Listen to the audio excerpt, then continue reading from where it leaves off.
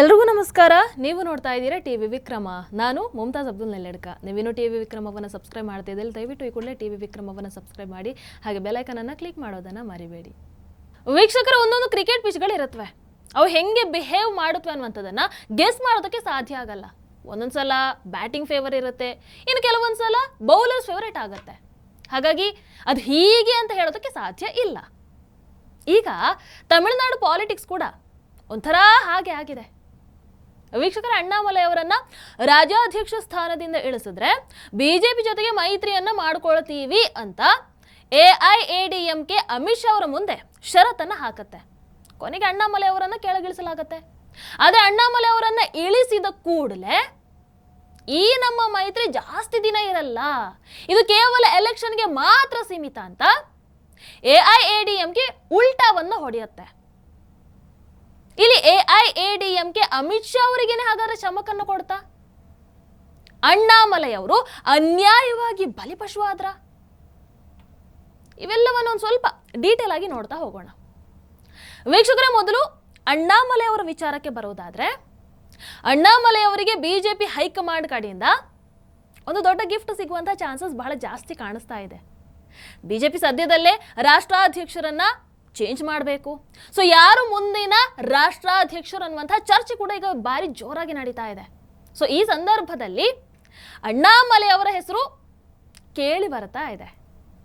ದೆಹಲಿಯಲ್ಲಿ ಸತತ 2 ದಿನ ನಡ್ಡಾ ಅವರ ಮನೆಯಲ್ಲಿ ಅಮಿತ್ ಶಾಜಿ ಅವರು ಮೀಟಿಂಗ್ ಅನ್ನು ನಡೆಸ್ತಾರೆ. ಬಿಜೆಪಿಯ ಹಿರಿಯ ನಾಯಕರು ಕೂಡ ಅಲ್ಲಿ ಸೇರಿರ್ತಾರೆ. ಇಲ್ಲಿ ಬಿಜೆಪಿಯ ನೂತನ ರಾಷ್ಟ್ರಾಧ್ಯಕ್ಷರ ಕುರಿತು ಚರ್ಚೆಯನ್ನ ಮಾಡಲಾಗಿದೆ ಅನ್ನುವಂತಹ ಮಾತುಗಳು ಕೂಡ ಕೇಳಿ ಬರ್ತಾ ಇದೆ. ವೀಕ್ಷಕರ, ಅಷ್ಟಕ್ಕೂ ಅಣ್ಣಾಮಲೈ ಅವರನ್ನೇ ಯಾಕೆ ಬಿಜೆಪಿ ರಾಷ್ಟ್ರಾಧ್ಯಕ್ಷರನ್ನಾಗಿ ಮಾಡಬೇಕು? ಮೊದಲನೇದಾಗಿ ನೋಡೋದಾದ್ರೆ, ಅಣ್ಣಾಮಲೈ ಅವರು IPS ಅಧಿಕಾರಿ, ಅವರಿಗೆ ಲೀಗಲ್ ವಿಚಾರಗಳು ಬಹಳ ಚೆನ್ನಾಗಿ ಗೊತ್ತಿರುತ್ತೆ.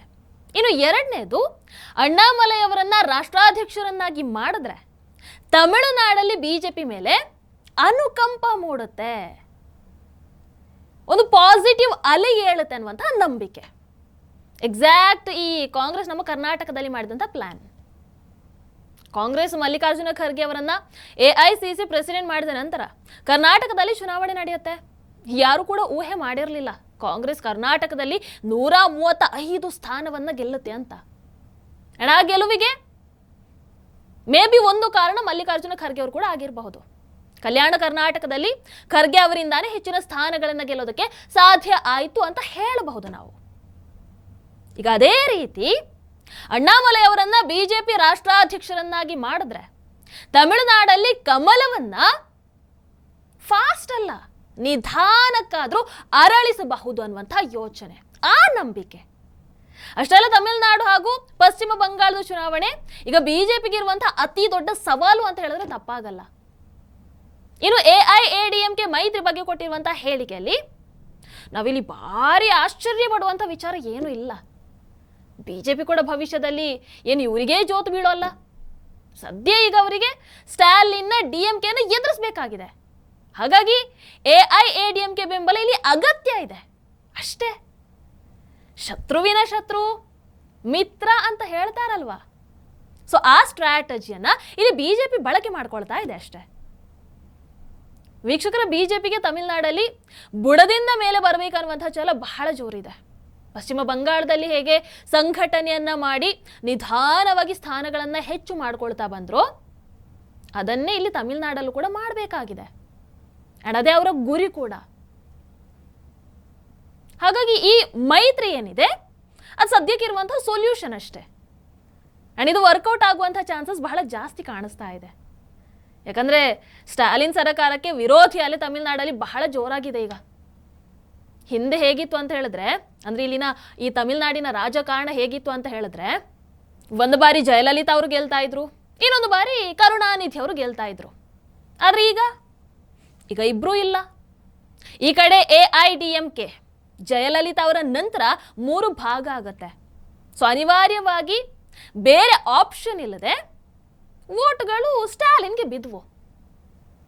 ಆದ್ರೆ ಈ ಮೈತ್ರಿಯಿಂದ AIADMKಗೆ ಖಂಡಿತವಾಗ್ಲೂ ಲಾಭ ಆಗತ್ತೆ.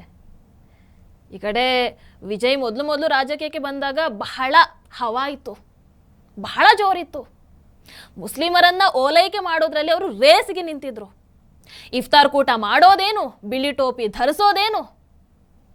ಆದರೆ ಈಗ ಮಜಾ ಇದೆ.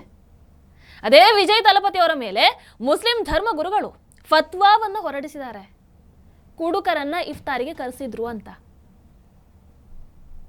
ಹಾಗಾಗಿ ತಮಿಳುನಾಡಲ್ಲಿ ಈ ಬಾರಿಯ ಚುನಾವಣೆ ಸಿಕ್ಕಾಪಟ್ಟೆ ಫೈಟ್ ಅಂತೂ ಇದ್ದೇ ಇದೆ. ಬಹಳ ಇಂಟ್ರೆಸ್ಟಿಂಗ್ ಇದೆ. ಯಾರು ಓಟು ಯಾರು ತಗೊಳ್ತಾರೆ ಆ್ಯಂಡ್ ಯಾರಿಂದ ಯಾರಿಗೆ ಲಾಭ ಆಗುತ್ತೆ, ಯಾರು ಗೆಲ್ತಾರೆ ಯಾರು ಸೋಲ್ತಾರೆ, ಇವೆಲ್ಲವನ್ನ ನಾವು ಕಾದು ನೋಡೋಣ.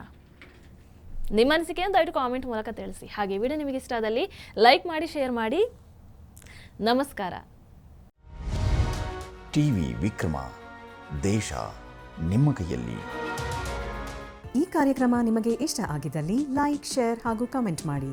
ಟಿವಿ ವಿಕ್ರಮದ ಕಾರ್ಯಕ್ರಮಗಳನ್ನು ನಿರಂತರವಾಗಿ ವೀಕ್ಷಿಸಲು ಸಬ್ಸ್ಕ್ರೈಬ್ ಮಾಡಿ, ಬೆಲ್ ಐಕನ್ ಒತ್ತಿ.